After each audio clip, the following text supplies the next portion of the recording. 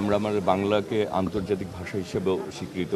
সুতরাং বাংলাকে আমাদের জাতীয় পর্যায়ে সব জায়গায় বাস্তবায়নের জন্য আমাদের সরকারিভাবে আমাদের সকল পদক্ষেপ থাকবে। হাবিব ভাই, দুইটা বিষয় আজকের দিনে আপনাদের প্রত্যাশা কি? আরেকটা বিষয় হলো আপনাদের এই যে সরকার গঠিত হয়েছে, সামনে অনেকগুলো চ্যালেঞ্জ আছে, তো কোন চ্যালেঞ্জগুলোকে আপনারা সবার আগে সলভ করতে চান? আমরা ইতিমধ্যে আপনারা জেনেছেন যে আমাদের সরকার 180 দিন একটু বা 6 মাসের একটি পরিকল্পনা হাতে নিয়ে 6 মাসের মধ্যে আমরা আমাদের প্রাথমিক কাজগুলি শুরু করব এবং আমরা চাই যে রক্তের বিনিময়ে একটি গণতান্ত্রিক বাংলাদেশের শুভ সূচনা হয়েছে, সেই গণতান্ত্রিক বাংলাদেশকে আমরা বাস্তবায়ন করতে চাই।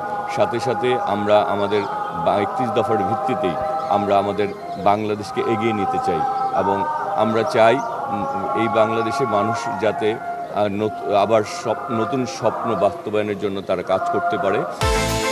বিকাশ পেমেন্টে 10,000 টাকার বেশি অফার, শপিং চলছে তো। এবং মানুষ তার নিজেকে এদেশকে গড়ে তোলার জন্য তারও যাতে সবারই যাতে একটা অংশগ্রহণমূলক থাকে এবং সবাই যাতে মনে করে যে এই বাংলাদেশের প্রতি তারও দায়িত্ব রয়েছে এবং এই সরকারের সেও একটি অংশ, এবং সকলে ঐক্যবদ্ধ প্রচেষ্টাই আমরা আগামী দিনের বাংলাদেশকে এগিয়ে নিয়ে যাব ইনশাল্লাহ।